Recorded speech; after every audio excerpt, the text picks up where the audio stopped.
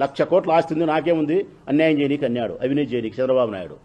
ఈ 1,00,000 కోట్లలో హైమావతి గారికి రాజేశ్వరి గారికి సగభాగం ఆస్తులు పంచినాడా? లోకేష్ పంచినాడా? అదే తండ్రి చచ్చిపోయి సంసారం వీధిని పడితే కుక్కలు బీకినాయంట. ఎవడెవడో వచ్చాడు కుక్కల్లాగా ఆస్తి కోసము అది ఇది. ఇప్పుడు మాట్లాడుతున్నావే నువ్వా? ఏమన్నా రాజశేఖర రెడ్డి కూతురు మాదిరి ఏమన్నా చంద్రబాబు నాయుడు చెల్లెళ్ళు ఒక్కళ్ళు కోర్టుకు ఎక్కారా? ఈయన చంద్రబాబు నాయుడు గారు నాకు అన్యాయం చేసేమన్నా మీడియాకి ఎక్కారా? ప్రతిసారి చంద్రబాబు నాయుడు చంద్రబాబు నాయుడు చంద్రబాబు నాయుడు చంద్రబాబు నాయుడు సంఖ నాకంద ఉండలేరు ఈ వైసీపీ పార్టీలో, చిన్న కుక్కలు పెద్ద కుక్కలు. అయితే ఆస్తి కోసం ఆయన చెల్లెళ్ళు అక్కలు కోర్టుకి ఎక్కలేదులే అని చెప్పి ప్రజలు హితబోధ చేస్తున్నారు.